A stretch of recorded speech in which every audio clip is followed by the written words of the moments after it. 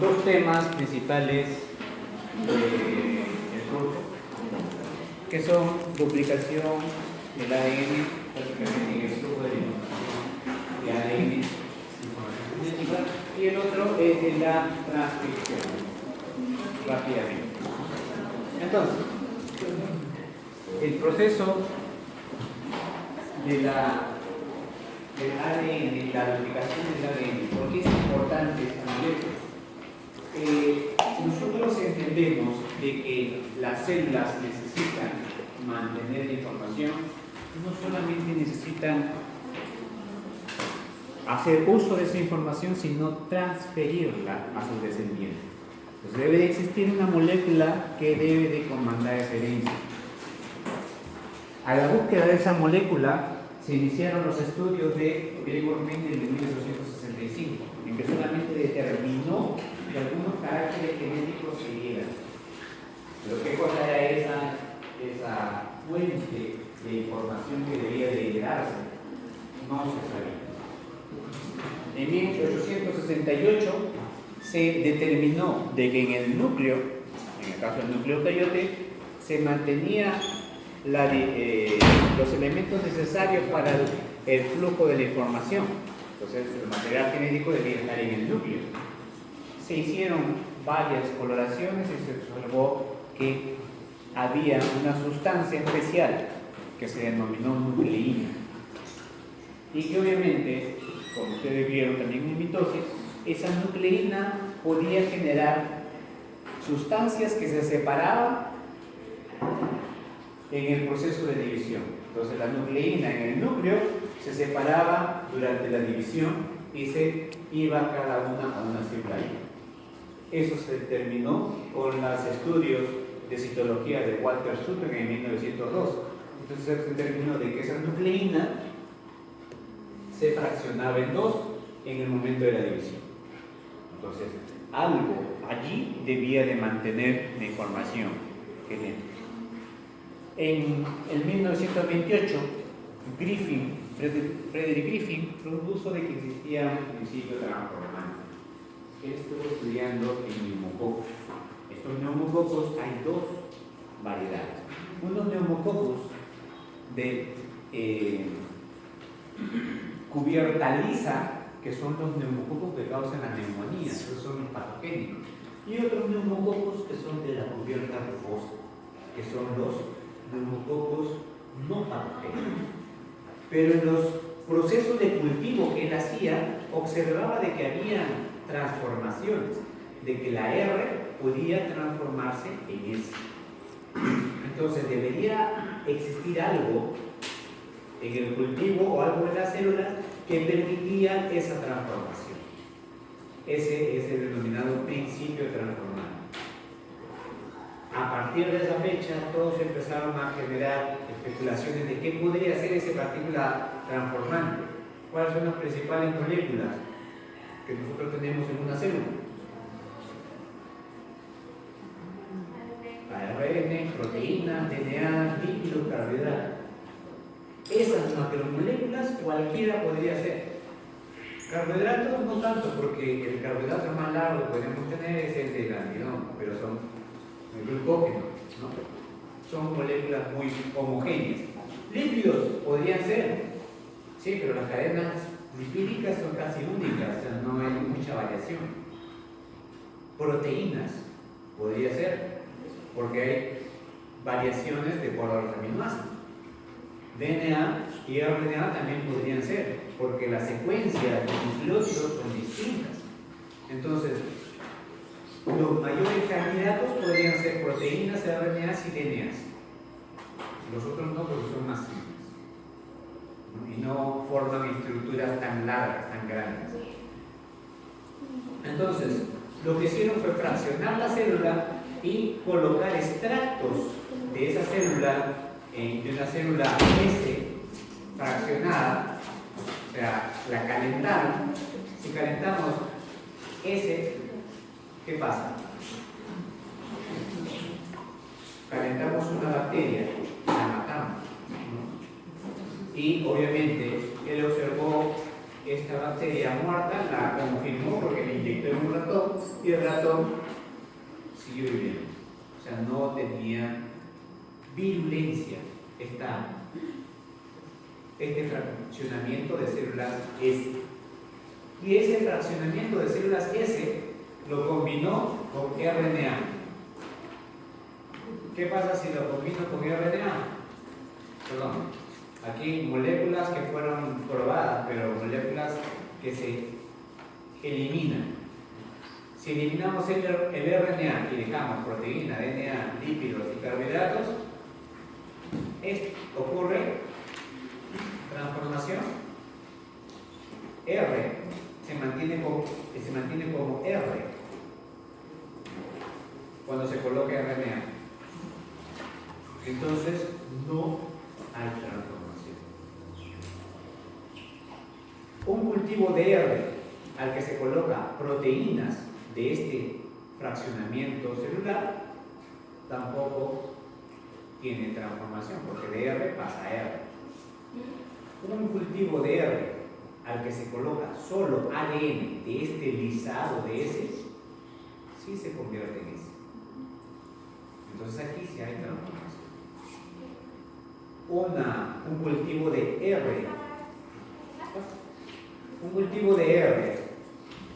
de las células rugosas con lípidos provenientes del cultivo, el fraccionamiento de S, tampoco produce transformación. Lo mismo sucedió con carbohidratos. La única molécula que producía transformación era la molécula de ADN del cultivo de ese fraccionamiento. Nosotros actualmente podemos llegar a esa conclusión, pero ya de manera genética. Esta conclusión a la que la molécula que porta la información genética es el ADN fue realizada por Oswald Avery, MacLeod y McCarthy, ¿no? Que identificaron que ese principio transformante definido por Griffin era el ADN. Nosotros ahora sabemos, que se observan acá en el extremo, cuando una célula S es lisada, es fraccionada, segmentos de ADN también son fraccionados. Y estos segmentos de ADN que contienen el gen para la cápside lisa se mantienen en el medio. Si yo coloco bacterias que no tienen ese gen, es posible que ocurra una combinación, ¿no?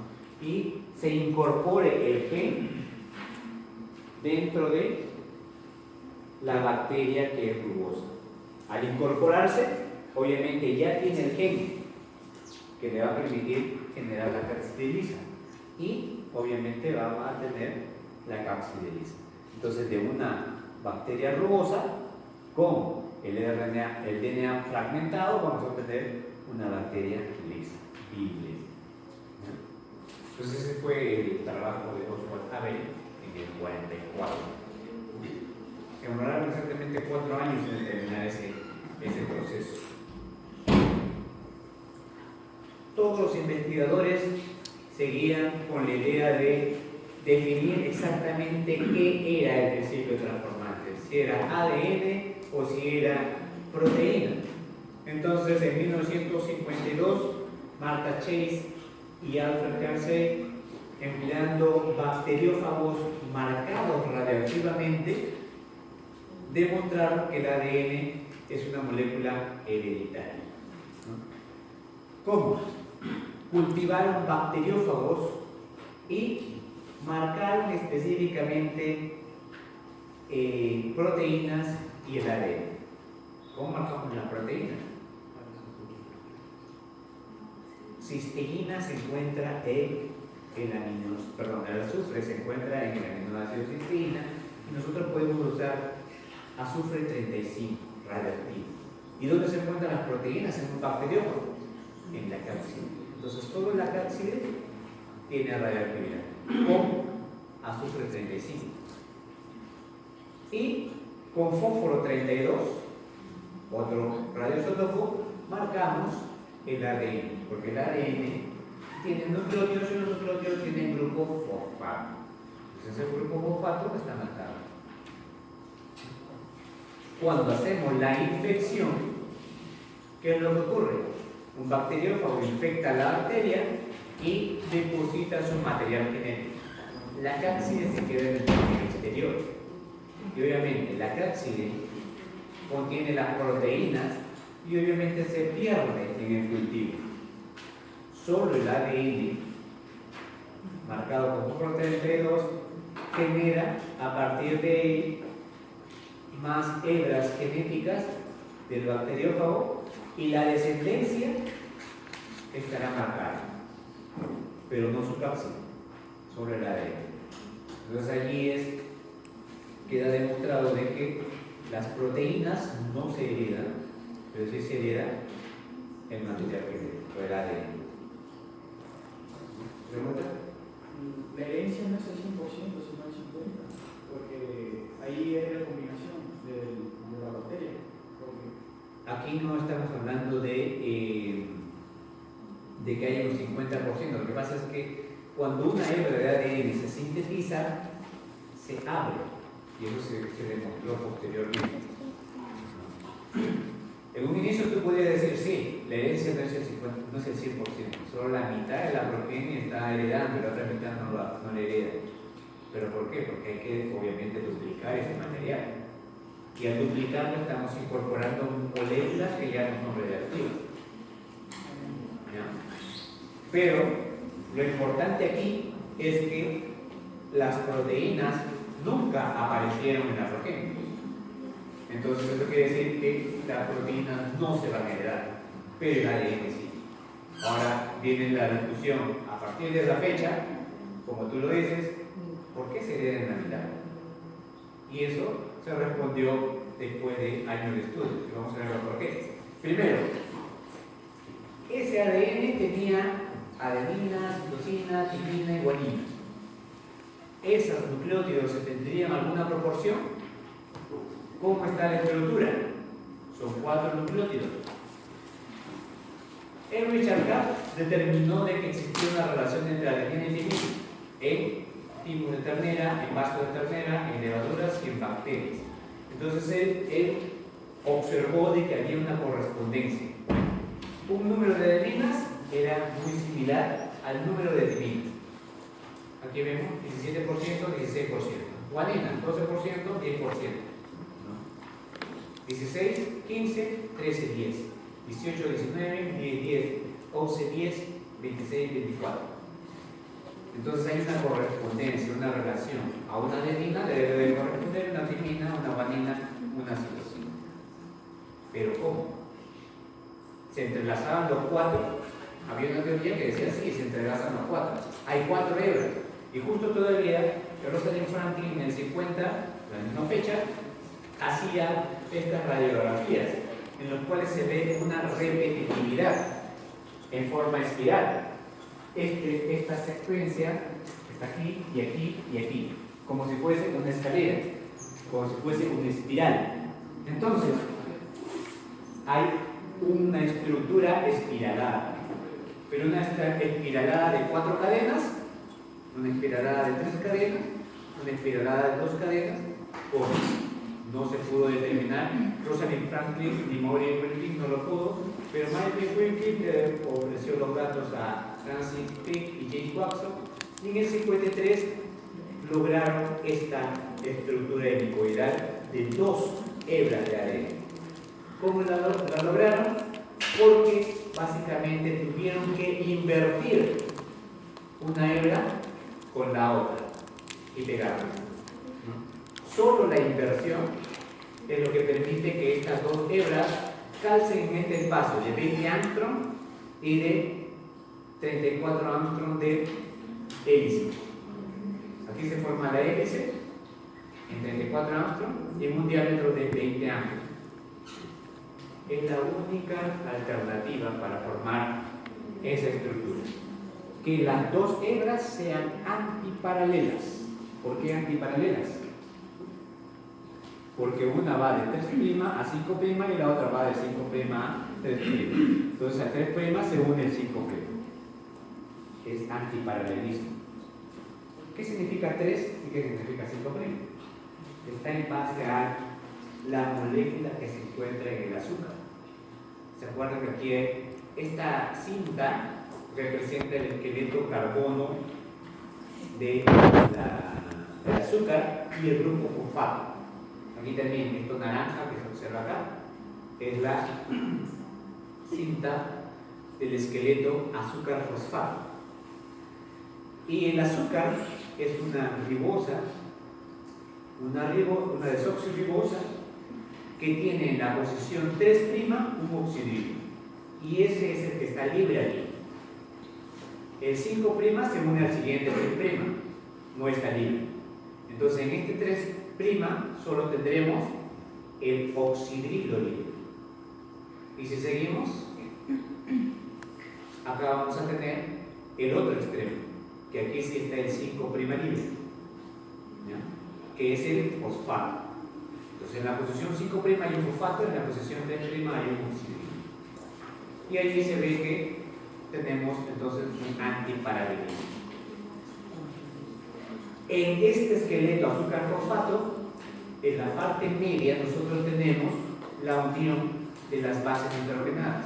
Guanina corresponde a una citosina, como dijimos hablar, adenina a una timina, y ambas producen dos fuentes de hidrógeno, ¿no? 3 en el caso de guanina citosina, 2 en el caso de adenina timina. Y aquí viene lo que estaba comentando su compañero. ¿Por qué no se hereda todo? Y allí también, en esa misma fecha, 1958, existía lo que era la replicación conservativa y la replicación semiconservativa.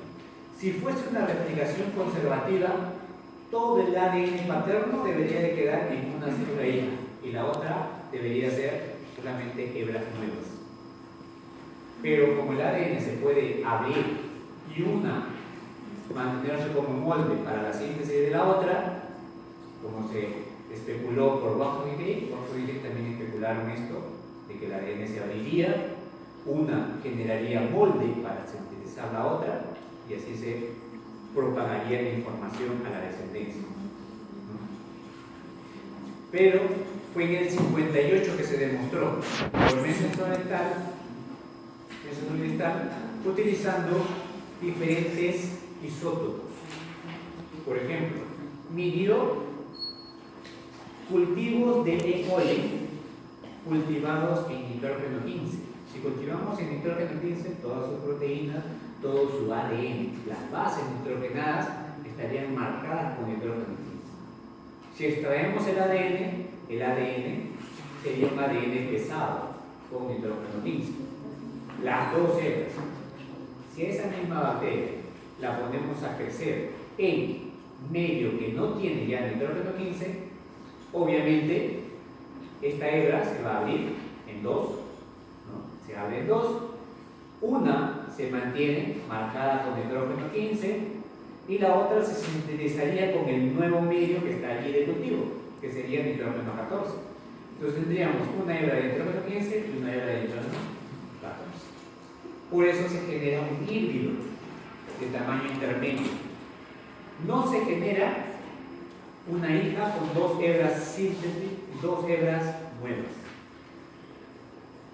Eso no ocurre, porque la replicación no es conservativa, es semiconservativa, ¿no? Y entonces se produce el híbrido. Y este libro lo que obtuvo Messenson y tal. Y después, en la segunda generación, primera generación, un híbrido, segunda generación, se mantenía el híbrido, pero en menor cantidad, y aparecían los otros que ya no tienen ninguna marca. Porque si estas dos las volvemos a abrir, ¿qué va a generar?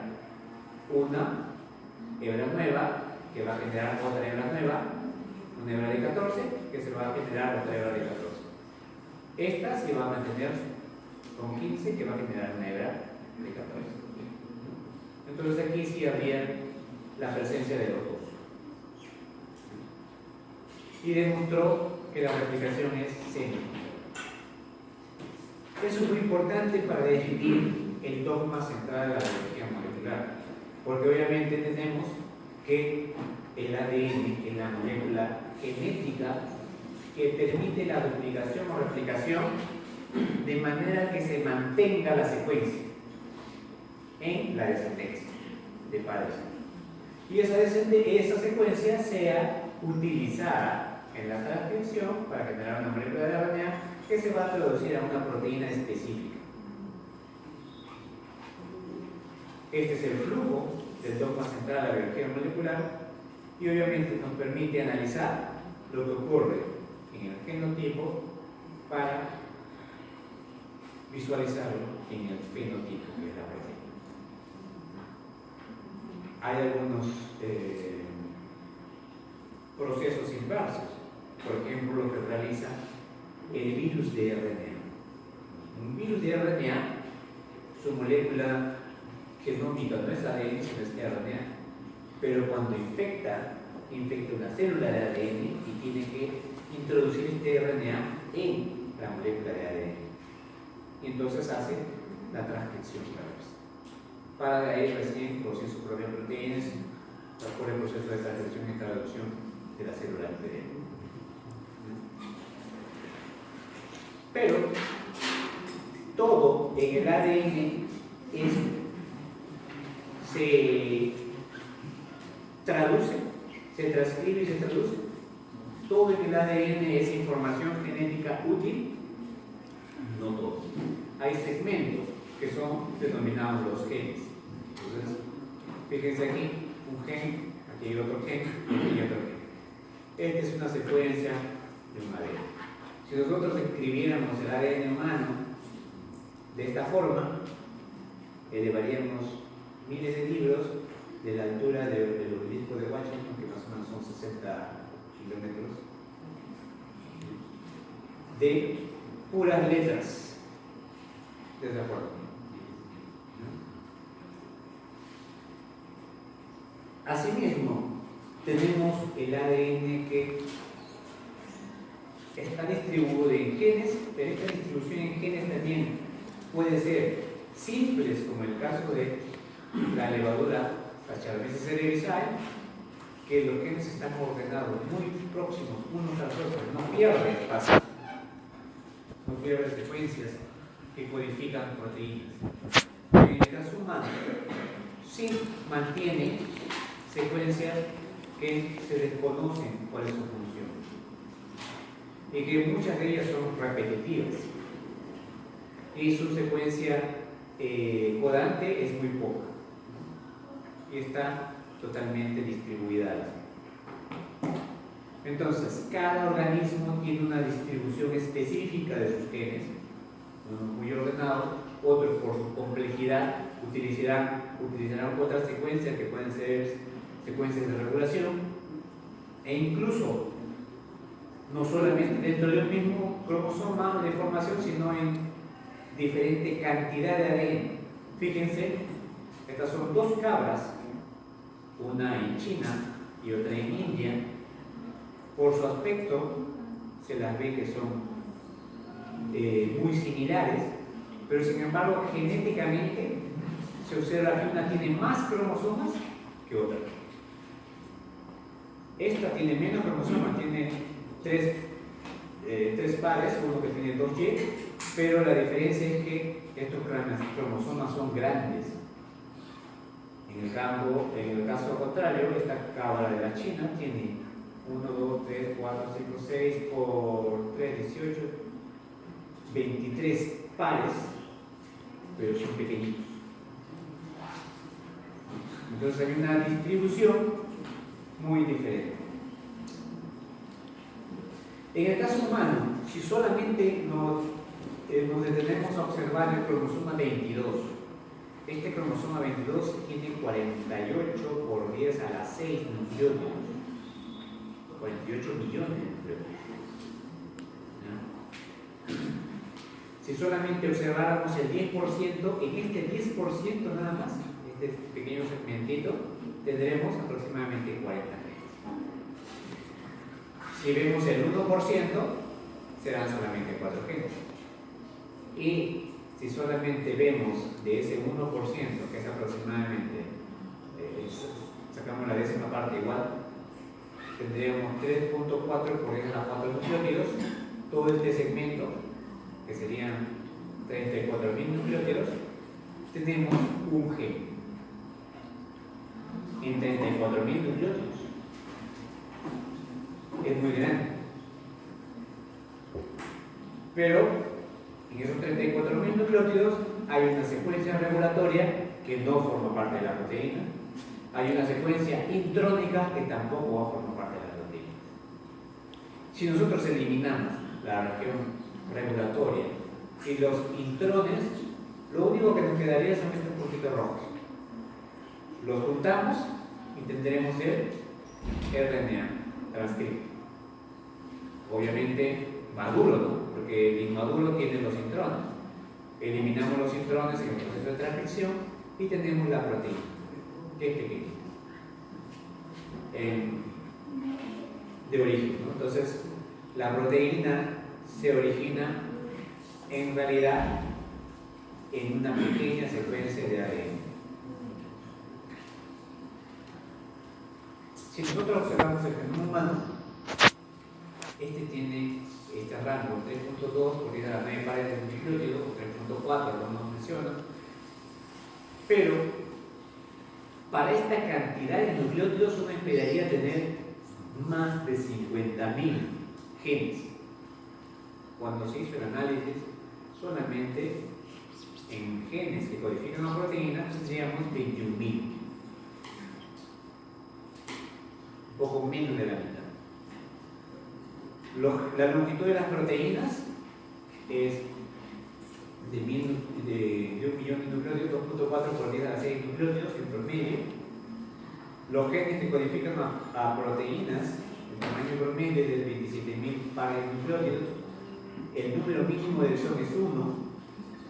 El número máximo de exones es 178.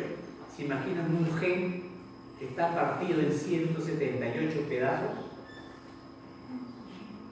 ¿Cuál sería? La inmunoglobulina. Los genes de inmunoglobulina son altamente fraccionados.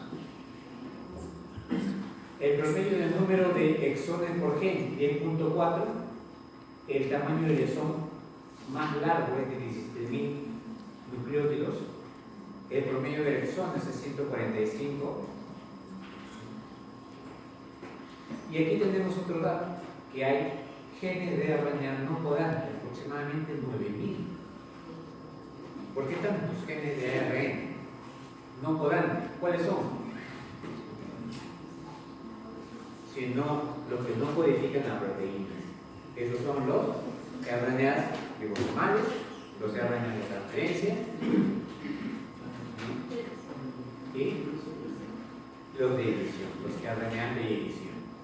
Entonces ahí tenemos esos RNAs porque no van a codificar proteína. Son 9.000. Tenemos otros pseudogenes que no se sabe si realmente van a generar una proteína, pero están allí presentes, son definidos por bioinformática, que son 20.000, más de 20.000. Entonces, de repente sumando allí podemos llegar al valor de 50.000, ¿no? 21 más 9 más 20, 21 y 9 son 30 y 20 son 50.000. Pero, disculpe, ¿tiene un exo? O sea, cuando dice número